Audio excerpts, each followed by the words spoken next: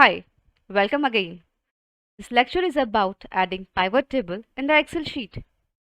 To add pivot table, Microsoft makes it amazingly easy to add it. Excel has provided us two sub-menus, pivot table and recommended pivot table in the Insert tab.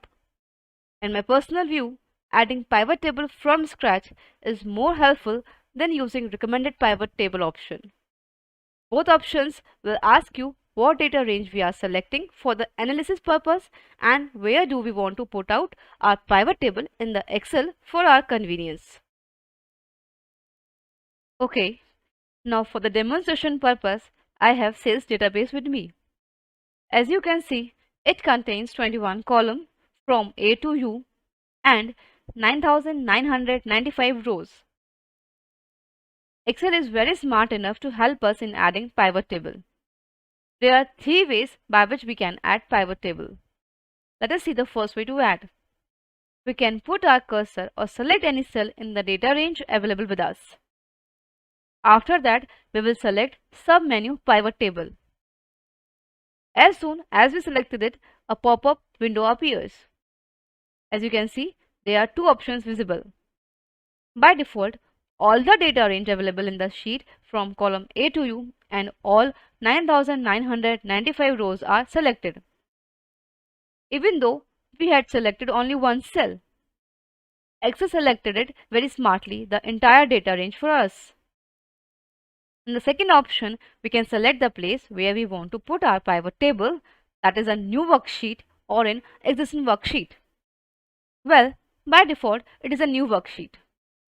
We have choice to put the pivot table in existing worksheet.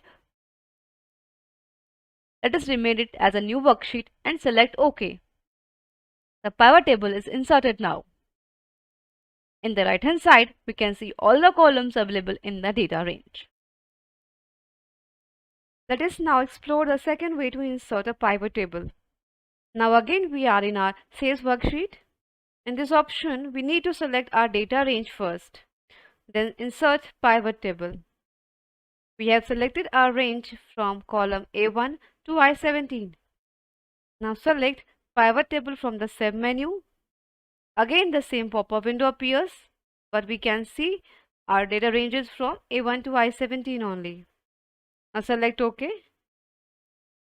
The pivot table is inserted with the selected column only. We will now explore the third way to insert a pivot table. In the third option, first we will insert a new worksheet.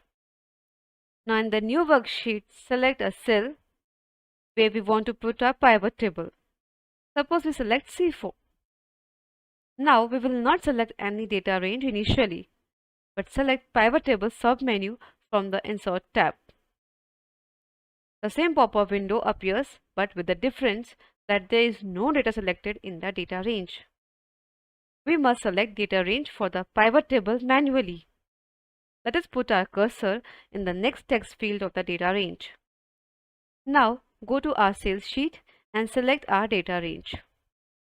We have selected range from A1 to G20. Now press OK. The pivot table is inserted in new worksheet. As you can see, we have learned the three ways to insert a pivot table. In my opinion, first option is the best and easiest way to insert it. In the next lecture, we will learn to analyze data in it. Thank you.